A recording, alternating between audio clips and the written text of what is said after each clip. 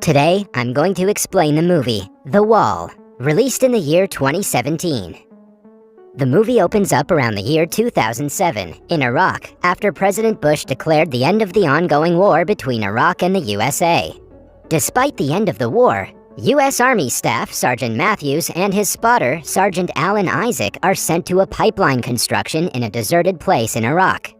They are there to keep an eye on a notorious enemy who is killing all Americans working at the site. We are then shown the duo who are hiding behind the stones, trying to spot the enemy's location.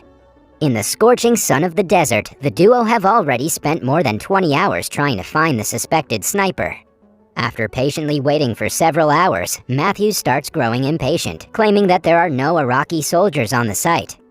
Following this, he looks at the scattered dead bodies of the workers and concludes that the site must have been attacked by a group of Iraqi soldiers who retreated after completing their mission. Hearing this, Isaac tries to calm Matthews down. He then comes up with a theory that since all the workers were killed by headshots, a professional sniper is behind this. He also mentions that they may be against a professional Iraqi sniper named Juba. But Matthews turns down his opinion, saying that no Iraqi sniper can be that good to kill all workers in less than 30 seconds. In the next scene, after waiting for a few more hours, Matthews' patience finally breaks and he decides to inspect the location by himself. He uncovers himself from the hideout and carries his belongings. After this, he orders Isaac to cover him from behind and starts walking towards the construction site. Soon, Matthews approaches the site and finds the dead bodies of soldiers and workers. He picks a radio from one of the dead soldiers and keeps moving forward. Isaac, on the other hand, faces difficulties to keep an eye on him as his scope becomes unclear. He immediately informs it to Matthews, but the latter blames him for not changing it on time, despite it being faulty. In reply, Isaac reminds him that the scope belongs to one of their deceased and beloved friends, Dean, and has various sentimental values connected to it. Later, Matthews inspects the dead bodies and gets surprised to see all of them dead with perfect headshots. He starts worrying about a possibility of a sniper nearby and informs Isaac about it. Hearing this, Isaac suggests he get out of the place as soon as possible. Despite Isaac saying so, Matthews stands in the middle of the site and tries to figure out the possible direction of the shots. Isaac yells from the radio, suggesting Matthews to retreat, but now it's too late. The sniper spots Matthews and shoots him in the abdomen. Upon seeing this, Isaac rushes to save his fellow officer, running in a zigzag path, avoiding the bullets. But before he can take Matthews out to a safe place, he himself gets shot in his leg. Because of this, he leaves Matthews on the ground and somehow manages to jump behind a wall. Meanwhile, Matthews suggests Isaac contact the base and call for the backup and rescue team. Isaac, on the other hand, notices the bullet wound on his right leg and tries to tie a belt around it to stop the blood from flowing out. Shortly after, he picks his radio bag and tries to contact the base, but the radio does not pick up any frequency. On further inspection, he finds that the radio has been hit by a bullet and its antenna is all damaged, restricting them from calling any help there. At the same time, Matthews asks Isaac to spot the sniper so that he can take an aim at him. Isaac tries to stop him, warning that if he moves, the sniper will shoot him again. Despite this, Matthews makes a failed attempt to reach out to his sniper rifle and passes out midway because of pain and blood loss. Isaac realizes that there's nothing they can do at the moment, so he decides to use the time to take out the bullet from his leg and to bandage the wound. After this, Isaac passes out too. In the following scene, Isaac regains consciousness and finds some noise coming out of his radio earphone. It seems like an officer from the base is trying to connect to him. This makes Isaac happy, and he immediately requests for backup and medical supplies. As he continues talking, he gets suspicious when the officer asks him to reveal his position to deliver the medical supplies. The officer from the other side also suggests Isaac to stand up and fire in the air so that they can get his real location. Hearing this, Isaac replies that the action is against the protocol. After this, he focuses on the man's accent and realizes that he's not an American officer, but the sniper from the other side, who has access to the American base radio frequencies. Despite the sniper's cover being blown, he still asks Isaac to keep talking, as he wants to know about him. At first, Isaac refuses his request, but when the sniper threatens to shoot Matthews again, Isaac agrees. He requests the sniper to go first, and taking this as an opportunity, he starts drawing the site's map on the ground, trying to calculate the possible position of the sniper. After taking a pause, the sniper tells Isaac that he's just a regular Iraqi citizen trying to save his country. The sniper then asks Isaac about his family, but Isaac refuses to answer him, claiming the question to be too personal. Isaac also ridicules the sniper by telling him that he's killing the people who are actually trying to develop his country. Hearing this, the sniper simply laughs and replies that he knows that the money is not for his country, but for the USA. Later, when Isaac doesn't reveal anything about himself, the sniper again threatens to shoot Matthews. However, this time, Isaac brushes off the threat. In reply, the sniper reveals that he knows about Dean's demise. This shocks Isaac, and he wonders how the sniper got this information. After a while, he tries to drink water from his bottle but finds a hole in it, caused by the sniper's shot.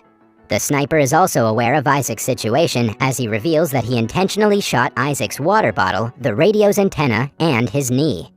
He mentions that he did all this to make Isaac incapable of escaping the place. The sniper further tells Isaac that he will be dead before morning because of the heavy blood loss from his knee. In the following scene, Isaac tries to figure out the exact weapon the sniper is using at the moment. He also calls the sniper a terrorist, but the latter simply laughs and reminds Isaac that it's he who's in a foreign country with a gun killing people. After looking through his scope for a while, Isaac finally finds that the sniper is hiding in a pile of trash. Analyzing the harsh conditions over there, Isaac concludes that the sniper is a professional and also proclaims that he is Juba. However, the sniper denies being Juba and claims to be a normal Iraqi man. Hearing this, Isaac tells the sniper that he must be a US Army officer who later betrayed them. The sniper again dismisses the claim and informs him that he just kills the people who attack him first. Soon, Isaac falls on the ground because of dehydration and exhaustion. Later, the sniper tells Isaac that after he dies, he will cut his skin from the face and staple his tongue to his chest. Sometime later, Isaac plans to trick the sniper by putting his helmet and jacket on a wooden stick. Unfortunately, the sniper does not fall for it, and Isaac loses his helmet during the process. Left with no other options, Isaac takes a suicidal run towards a deceased soldier nearby to find if he has something useful in his bag. But after he returns back, he finds that his scope is damaged and can no longer be used to spot the sniper. Meanwhile, Isaac feels some disturbance in his radio signals and realizes that Matthews is actually alive. He yells at Matthews and provides him with the location of the sniper. Matthews takes out a shiny emblem from his pocket and takes a look at the heap of trash. With Isaac trying to distract the sniper, Matthews slowly lunges towards his rifle. At the same time, the sniper reveals that he used to be a teacher in Baghdad, but after his students got killed during an American attack, he decided to take revenge for their deaths. Meanwhile, the sniper asks Isaac about why he keeps on carrying the faulty scope. When Isaac does not reply for some time, the sniper threatens to shoot Matthews, oblivious to the fact that he's alive. Isaac then reveals that he carries the scope in memory of his friend, Dean. He also reveals that his mistake led to Dean being killed. In the meantime, Matthews places his rifle and blindly aims at the pile of trash. He shoots multiple times, but when he's about to reload his gun, the sniper shoots him back, which hits him right on his shoulder. Because of this, Isaac suggests Matthews to crawl towards him. Unfortunately, before Matthews can reach Isaac, he is shot right behind his head and killed instantly. Seeing this, Isaac breaks down and mentions that he wants to return back home. The sniper also tells Isaac that if it's what he really wants, he will not shoot him. After a while, the sniper asks Isaac about why he's still there, despite the war being already over. Isaac takes a pause and replies that he's there because it's he who actually killed Dean. Isaac then confesses that he accidentally shot Dean while he was trying to shoot a sniper. He also mentions that he's been lying to everyone about Dean getting killed by the enemy sniper. While he's talking with the sniper, he hears some noise coming out of the radio transmitter. He immediately crawls to the radio and tries to contact the base. But to his bad luck, the radio is so badly damaged that he can only hear the conversation going on and cannot ask for help. Suddenly, he hears the sniper using his name to ask for help from the base.